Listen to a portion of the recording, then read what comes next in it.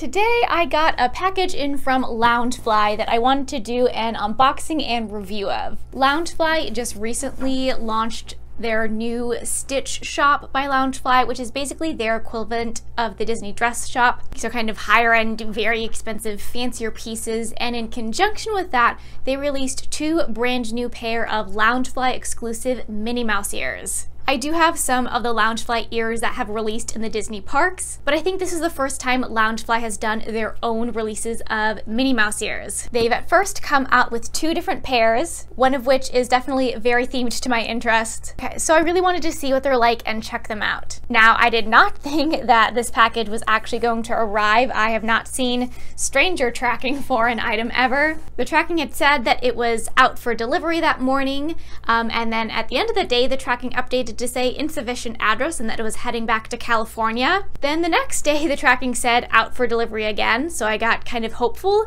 But then at the end of the day it said package delivered back to the original sender in California. But fast forward one day later and the package arrived on my doorstep. So I don't know actually where this thing has been, but I am excited that I actually did get my order because this is my very first time ordering directly from the Loungefly website. So all I've done so far is cut open the box. I have not actually looked at the items inside at all. So here's how things shipped. No packing slip or invoice inside or any packing air, but you can already see that the ears themselves are in these very nice looking like Loungefly dust bags. So we've got the two pairs of ears here, and I really do like that they do come in these kind of like little dust bags because both of these were $30, which is what all of the regular ears in the Disney parks retail for. But knowing Loungefly and their quality, I'm kind of assuming and hoping that these will be even better quality than the ears in the Disney parks. So I'm going to start off with opening this pair because I think I can tell what the other one is and I want to save that one for last. Okay, so we will see what these ears look like for the first time,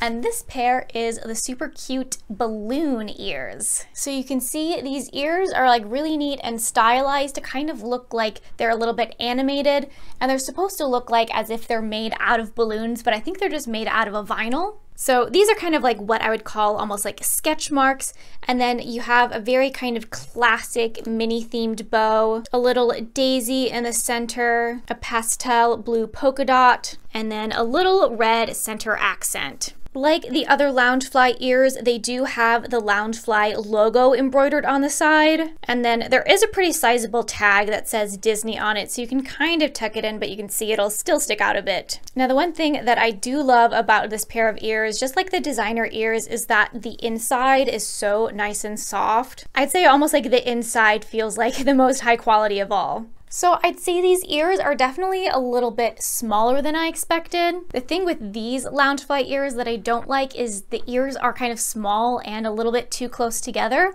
The bow itself is also quite small, but I guess it's kind of like appropriately scaled for the size of the ears. But the true test of how they look will actually be trying them on. So here's what the ears actually look like on. I will say they do feel very comfortable. I do like the headband that's used. And again, that kind of like nice velvety lining material just feels really comfortable. But the ears themselves really are just a little bit small for my liking. This is like the closest pair of ears I can compare them to, and this is just one of the regular Disney parks ears. And I do tend to like ears that are kind of just like a little bit more substantial and that like have a slightly wider spacing to them. But looking at my screen, I do think that these ears are nice and photogenic in kind of the way that they do come across as looking like they're kind of like sketched and drawn. But the question is, would I wear these ears over these ears? Now, I do know these balloon ears were the more popular out of the two because they are currently sold out on the Loungefly website, but they did say that they would eventually be restocking at some point.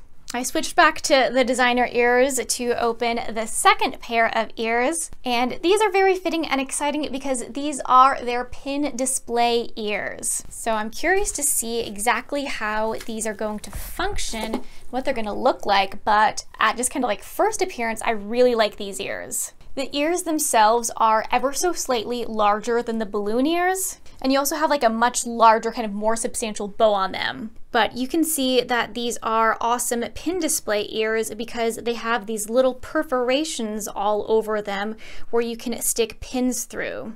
So you can kind of see through there on the back, and these ears are very thin because you do have to put the pin in and then put a pin back on. But I really love the trim detailing on this. These just overall, you know, kind of feel a little bit nicer quality. It's really just because for the balloon ears, they had to use a material that kind of felt faux balloon. But this is kind of more of their really nice standard faux leather. And this again has the Loungefly logo embroidered on it and has that same kind of larger Disney tag. So interestingly, the Disney parks just released their own version of pin display ears. Now, I have not seen those in person, but I think that these are much better due to the fact that they are nice and thin and you can very kind of, I guess, more securely have a pin on there. Whereas the ones from Disney, they look too thick. They almost look more like the thickness of these balloon ears where you could only maybe display pins around the end because you have to push them through the whole thing and then get a pin backer on. But the test with these will actually be putting some pins on here and seeing how they look. So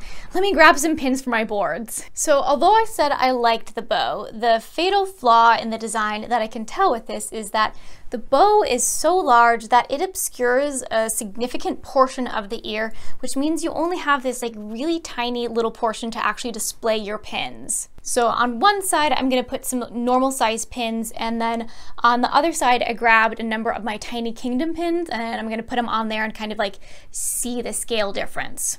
But here's a super cute new Baby Yoda pin that I got. So we're just going to find a to put it through. You can kind of see there really is not much of the pin post that is sticking through. I'm first going to see if I can get one of these metal butterfly clasp backs on, because I would never use a Mickey pin back with this because those do not have a good hold. So I can, oh, well, I was going to say I can get it on there, but it just fell off right now. Let's try that again. It's not long enough to hold on to. It's just gonna pop right off. All right, well, let me just try with a Mickey pin back. Just kind of really shove it on there, which I guess the Mickey pin back is actually kind of better for this. I still would not trust its hold at all, but at least it does kind of hold it on there. And then I'm also gonna try and put on this super adorable Baby Yoda pin that I just got. Now this pin has 2 posts, so I'm gonna see how that kind of works out, since obviously we have to align it just right with the holes. So that actually worked out really nice and easily to get it on. But again, there's like none of the post that is like sticking out. And these ears really are quite thin. So I really don't know how the Disney ears that are much thicker are gonna work at all. All right, let's see if we can get this to stick and stay. It's a little extra hard this close to the end. That one is not gonna stick at all. So in terms of average sized pins, you can fit about 2 on here, and I would not really trust these to hold at all. But for the other side, I have some of my Tiny Kingdom pins to test out. Obviously, you'll be able to fit a lot more of these on here. I'm gonna try one of these non-Mickey rubber backs with this one. Like, it's technically on there, but I'm gonna see how many more tiny pins I can fit. Okay, so you can definitely get a lot more tiny pins on here, but whoop, there, as you can see, these do not hold on at all. There is no way to display and make pins secure on this. In terms of actual pin display ears, these have literally 0 functionality, except for perhaps one way, which I'm going to see if I have any pins that would work. Okay, so the only way that you could get this to work is if you have a pin that has super long posts on it. Now, this pin actually wouldn't work because it still has the music box on it, and so that kind of like renders the posts to be the same size as normal, but you would have to have posts that are super, super long on your pin to make this work. So my question is, did they product test this at all? Because this is still literally too thick to be able to display pins on.